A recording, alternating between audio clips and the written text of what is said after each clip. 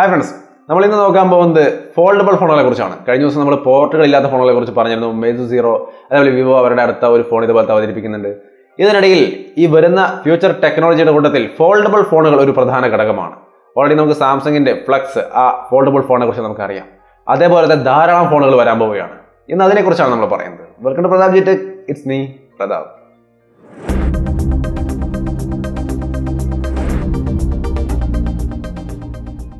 Hi, our channel is subscribe to the subscribe to the bell button enable our videos. Now, we foldable phone.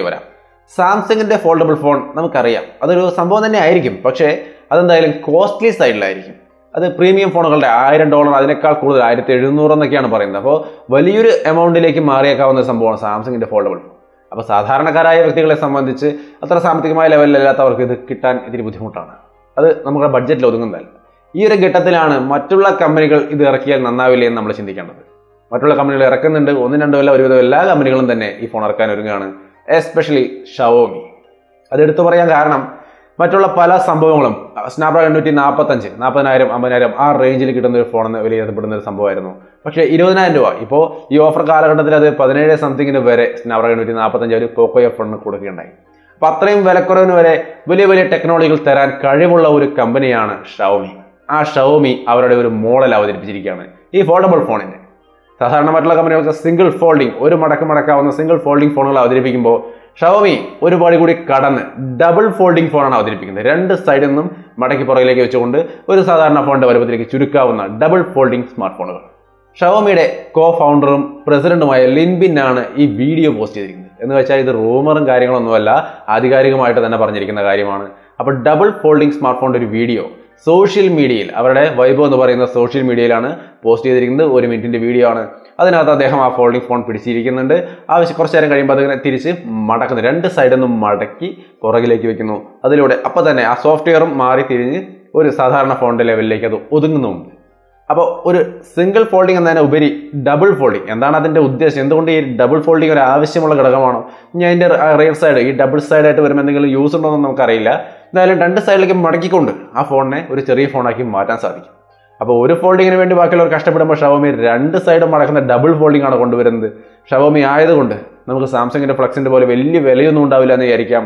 നമുക്ക് നമ്മുടെ കയ്യിൽ ഒതുങ്ങാവുന്ന സാധാരണക്കാരന് കിട്ടാവുന്ന ലെവലിൽ തന്നെ ഷവോമി ഈ ഫോൺ അവതരിപ്പിച്ചേക്കാം. അങ്ങനെയാണെങ്കിൽ നമുക്കും ഭാവിയിൽ അങ്ങോട്ട് ഫോൾഡബിൾ ഫോണുകൾ ഈസി ആയിട്ട് വാങ്ങിക്കാനും ഉപയോഗിക്കാനും സാധിക്കും. ഈ ഫോൾഡബിൾ ഫോണിന്റെ കാര്യം പറയുമ്പോൾ ഷവോമി മാത്രമല്ല ഇത് കൊണ്ടുവരുന്നത്.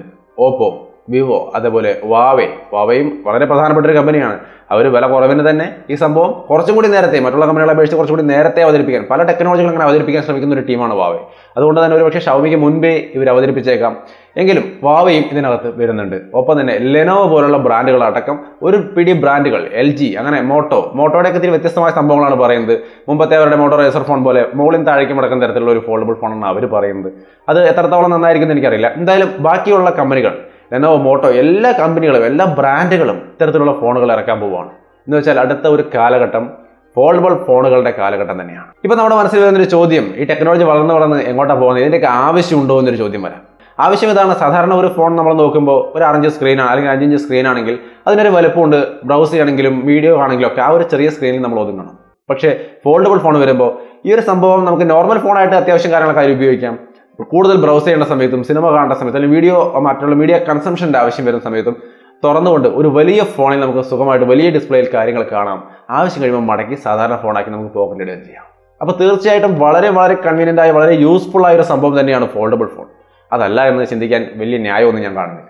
അപ്പം നല്ലൊരു ടെക്നോളജിയാണ്, ഭാവി അതിൻ്റെയാണ്. ഈ വരുന്ന മൊബൈൽ വേൾഡ് കോൺഗ്രസിൽ ധാരാളം കമ്പനികൾ ഇത് അവതരിപ്പിക്കാൻ സാധ്യതയുണ്ട്. ഒപ്പം തന്നെ ഈ മൊബൈൽ വേൾഡ് കോൺഗ്രസിൽ 5G പോലുള്ള സംഭവങ്ങൾ അടങ്ങിയ ഫോണുകളും ധാരാളം അവതരിപ്പിക്കപ്പെട്ടേക്കാം. അപ്പോൾ ഫോൾഡബിൾ ഫോണുകൾ ഇനി അങ്ങോട്ട് അരങ്ങുവാഴാൻ ഒരുങ്ങുകയാണ്. പ്രധാനമായിട്ടും ഷവോമി ആ മേഖലയിലേക്ക് വന്നിരിക്കുന്നുള്ളതാണ് എന്നെ സംബന്ധിച്ച് വളരെ പ്രധാനപ്പെട്ട ഒരു വിഷയമായിട്ട് തോന്നുന്നത്. ഡബിൾ ഫോൾഡിംഗ് ഫോണുമായിട്ട് ഷവോമി. അപ്പോൾ നിങ്ങൾക്ക് ഈ ഫോൾഡിംഗ് ഫോണുകളെ കുറിച്ച് നിങ്ങളുടെ അഭിപ്രായം തീർച്ചയായിട്ടും കമന്റ് വഴി അറിയിക്കുക. ഷവോമി വില കുറയ്ക്കുമോ ഇല്ലയോ എന്നുള്ള കാര്യം നമുക്കറിയില്ല, എങ്കിലും വില കുറഞ്ഞു തന്നെ വരാൻ എല്ലാ സാധ്യതയുണ്ട്. കാരണം ഷവോമിയാണ്. അപ്പോൾ നല്ല ഫോൾഡബിൾ ഫോണുകളുമായിട്ട് എല്ലാ ബ്രാൻഡുകളും വരട്ടെ. അപ്പോഴാണ് നമുക്ക് നല്ല കോമ്പറ്റീഷൻ വരുള്ളൂ. അപ്പോഴാണ് നമുക്ക് നല്ല വിലക്കുറവിൽ ഈ ഫോൺ നമുക്ക് കിട്ടുള്ളൂ.